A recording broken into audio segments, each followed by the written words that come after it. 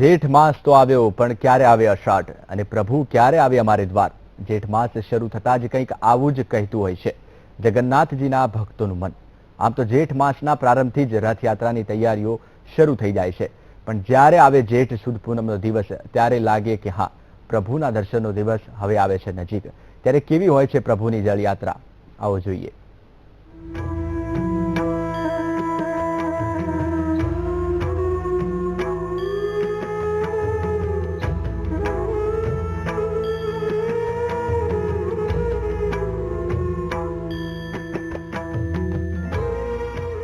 સૌ કોઈ જોઈ રહ્યા છે જેની આતુરતાપૂર્વક રાહ.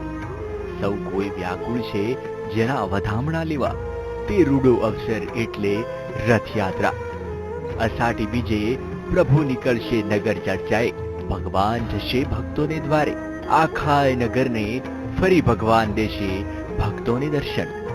જગતના નાથ ભાઈ બલરામ અને બહેન સુભદ્રા અષાઢી બીજે રથમાં થશે સવાર અને નગરજનોને મળતા મળતા પહોંચશે મામાના ઘરે.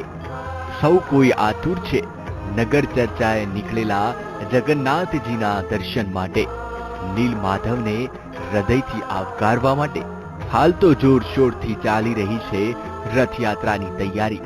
પ્રભુને મામાના ઘરે મોકલવાની તૈયારી, અને આ જ તૈયારીનો પહેલો પડાવ એટલે જળયાત્રા.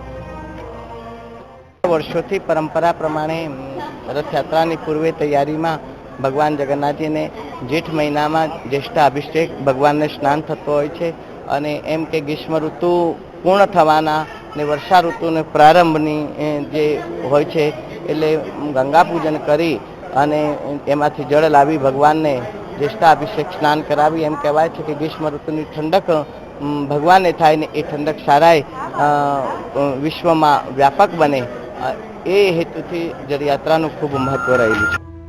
નિત્યક્રમ મુજબ જેઠ સુદ પૂનમના રોજ જગન્નાથ મંદિરમાં થાય છે મંગળ આરતી, અને ત્યારબાદ શુભ મુહૂર્તમાં નીકળે છે જલયાત્રાની શોભાયાત્રા. પ્રભુના નિજધામથી નીકળતી જલયાત્રાની શોભા ખૂબ જ ભવ્ય હોય છે, અને તેની આ ભવ્યતાને કારણે જ લોકો તેને ઓળખવા લાગ્યા છે નાની રથયાત્રા તરીકે. શણગારેલા હાથી, ભજન મંડળીઓ, સાધુ સંતો અને ભક્તજનો સાથેની આ યાત્રા સાબરમતી નદીના સોમનાથ ભૂદરના આરે પહોંચે છે, અને નદીનું પૂજન અર્ચન કરી તેની આરતી ઉતારવામાં આવે છે.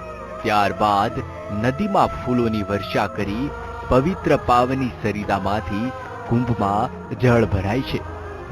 108 જળકુંભ સાથે જલયાત્રા નિજ મંદિરે પરત ફરે છે, અને પછી થાય છે પ્રભુનો જ્યેષ્ઠાભિષેક. Special report VTV news, Ahmedabad.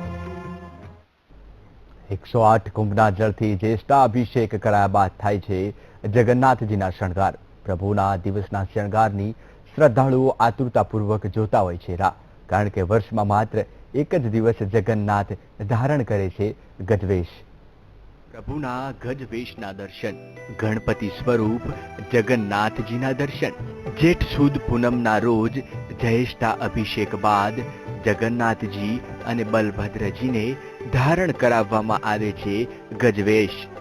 સમગ્ર વર્ષ દરમિયાન માત્ર એક જ વાર પ્રભુના ગજવેશ સ્વરૂપના થાય છે દર્શન. વાસ્તવમાં ગજવેશ દ્વારા જગન્નાથજીને અપાય છે ગણપતિ સ્વરૂપ. ગણપતિ સ્વરૂપ જગન્નાથજીના દર્શન વર્ષમાં એક જ વાર થાય છે. પુરીમાં આ દિવસે સ્નાન પૂર્ણિમાની થાય છે ઉજવણી. અહીંયા પણ પ્રભુને ધારણ કરાવાય છે ગજવેશ.